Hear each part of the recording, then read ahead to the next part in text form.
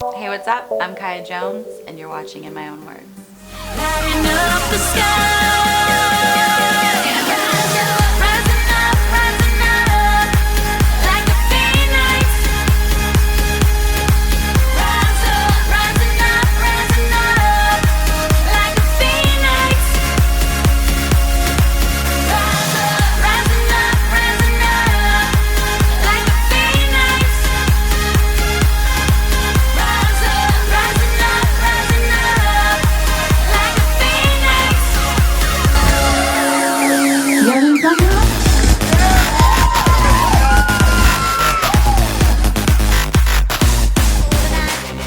I first got my start in music when I tried to find an agent, tried to find a manager, tried to find all these things, and just kept singing for everyone and bombarded a tour bus that belonged to Dr. Dre and Eminem and D12. They were on the Up and Smoke tour, and I wanted an artist to maybe help me get my start, and bombarded them, told them they need to hear me sing, and crew from D12 connected me with a guy that connected me with R. Kelly, and that was how I got my start. That started my career, transpired me jumping into Pussycat Dolls much later. My development with R. Kelly existed for about two and a half years, and then I was trying to figure out what am I going to do, how am I going to figure all of this out. Aaliyah died, 9/11 happened, he was transitioning from one label to another, and I started singing in LA and doing punk rock music, which wasn't my style or sound, and I knew it wasn't for me. So I'd heard about the Pussycat Dolls having an open call audition at Center Staging, and I went down and I auditioned for the Pussycat Dolls. I was in the group, started the actual auditions of the Pussycat Dolls took place 2002, end of 02.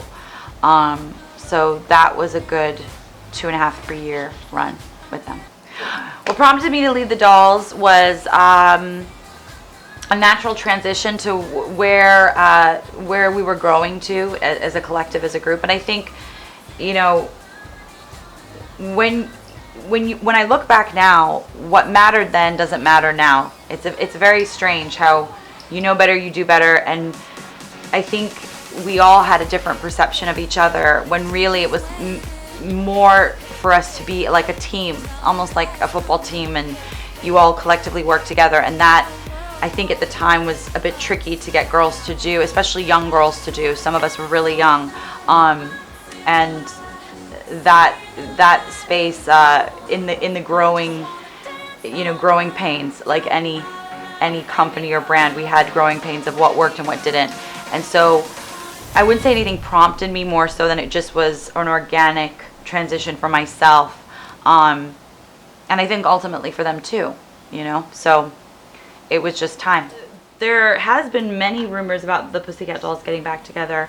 Well, I mean, I'd have to say, in truth, I did hear about the Dolls getting back together, and someone sent me the write-up of what the Dolls coming back together would be, and I was really ashamed with what Robin lied about. And I'm actually going to just call someone out on this, because flat out, Robin, you know who was at the auditions. We all do. Nicole Scherzinger, Melody Thornton, and Kaya Jones were the 3 girls that were brought into the group.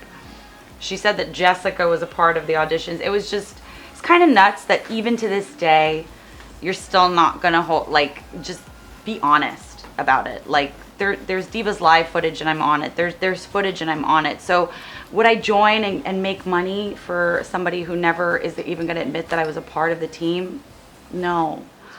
Well, my solo career didn't just happen after the Dolls. I mean, I wouldn't be here sitting with you if I wasn't a part of that amazing group. It was an honor to be a part of it. It taught me a lot. But then the question mark was, who am I as an artist? And that was a very hard question to answer, because you're part of a collective. Your sound is a collective. Now who are you as an artist? So you have to define yourself or figure out your wheelhouse, and that was tricky.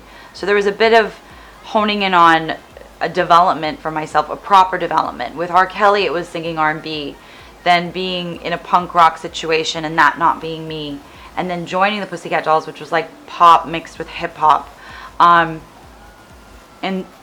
I just instinctively knew, when my publisher said, we had done Hollywood Doll. That was the first thing we did together. And I said, I want to do something else and different, and I don't know really my sound. And he thought doing a great dance electronic record would be maybe a good fit for me. And I tried it and fell in love with it. I knew then that that was the right fit for what I wanted to do. It was fun. It was easy. It was breezy. It was happy. There wasn't a lot of angst or, drama. It was all like just a plur lifestyle, if you will. So I jumped at the opportunity that was set up for me to do a song in Europe with these guys known as Data Life. And this was back in 2008, 2009.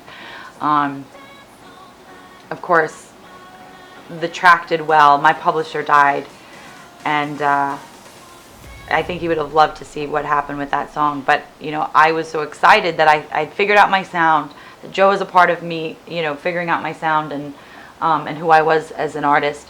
And, coming home and telling all my friends, I was performing at Laundry Day in Antwerp with Data Life, and, this is what I'm doing. And everyone was like, who? Nobody knew who Data Life was at that time. So, at least here in America. So then it was, trying to get everyone excited to the music that I had really figured out to be what I wanted to do. And of course now everyone loves EDM, but officially I started EDM long before it was really the in thing in America, and certainly now everyone knows who Data Life is. But that was my transition from the dolls to me as an artist.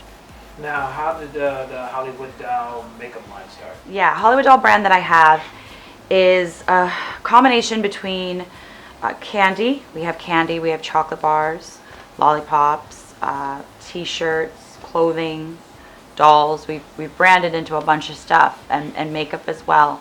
I loved the fact that I was a part of the Pussycat Dolls, but the one thing that that I felt that we missed, the one thing, if I could say, the one mark that I wish could have happened, was what the Spice Girls were to me. And the Spice Girls to me were larger than life. They were caricatures. They were so over the top that every little girl could pick one. And I think that was the hard thing with the dolls, is that not everybody knew who the girls collectively were. But that every little girl wanted to be a doll, and every little girl should be a doll.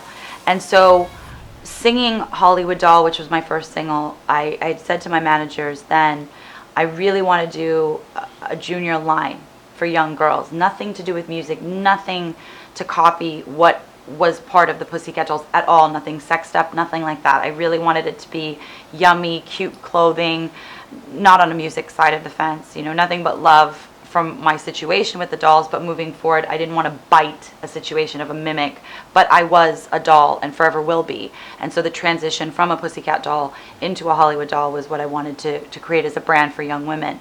It is now turned into something else, where we have men that wear our shirts, and we do older apparel. It's not just for young girls anymore.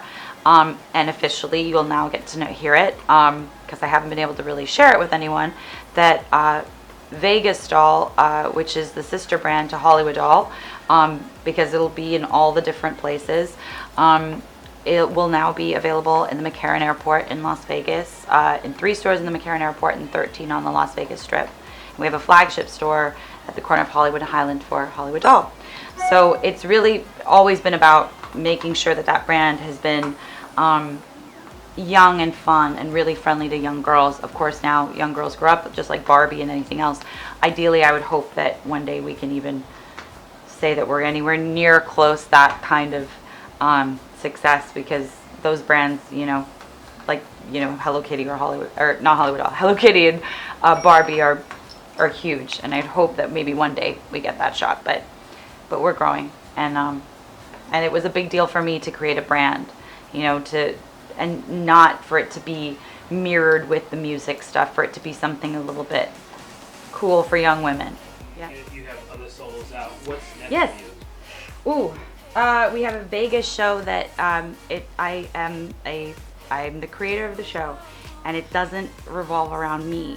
It's a fusion of live content and EDM. The concept, of course, I'm big on live music, I'm big on EDM, and I'm big into space, but I also am a record label owner, and I love artistry in all forms and genres. So there's multiple artists that are involved in this. It's a collective. It's not actually the Kaya Jones theater production show. This is something that I have worked really hard on to make sure that we have a collective platform for DJs and artists, that, you know, one instrument isn't better than the other, and we don't really know as musicians and as artists, you don't know what an instrument is until you put it up against another instrument. So, you know, you can be a great singer and sing a cappella, but you put it up against the piano and, you know, you're off, or you're not in the pocket of the instrumentation. And so there's a lot of people that love EDM and the density of it, and, you know, the Tourette's of it. It's very spastic. And then there's a lot of people that music theorists that don't believe that that's real, but they are real, and they're both beautiful. They're just different mediums. So it's kind of a battle of those two, and showcasing that all music can live in the same realm together. And that will be out and around in next year, beginning next year. I hope, you know, if there's, you know, definitely one thing I can hope it to be, and hope for just my kind of collective in this business, I would hope everyone that's inspired me are people like Jay-Z and, you know, Oprah and Kanye West, and there's a lot of guys that have found a way to, you know, even someone like Kim Kardashian, you know, build a brand and understand what you are as a brand. And my biggest thing has always been artistry, artists, how can they go forward? How can we make it cool? So if one thing I hope that the show is a great platform for multiple artists. And I don't know, maybe the Pussycat Dolls can come through and do a show for us. That'd be cool. So is there any more new music coming out for you? There is. We have an album that just came out, and I brought it for you. And we have a remix from Harvey Miller, or as people know, DJ Speedy. He just did a remix, and which is pretty cool. And yeah, we have a tour and everything that's coming together. And I'm back in the studio writing and recording all over again, because it never ends. The process as an artist will never end. And no matter what you're getting paid, or who wants to listen to it, or whether you think you have a footing, it's kind of, you know, even in a dungeon I'd make music and I'd do it for free, so I have to do it. So we are working on new music. You can find me on @KayaJones on Twitter, and @KayaJones for Instagram, and Kaya's Music on Facebook, KayaJones.com, and that's Kaya Jones. And on my YouTube, it's Kaya2. It's recording? Yeah. Hey, what's up? I'm Kaya Jones, and You've just been buzzed. you've just been buzzed. Hey, what's up? I'm Kaya Jones, and you've just been buzzed. What's in my pockets? Wallet, phone, and house party.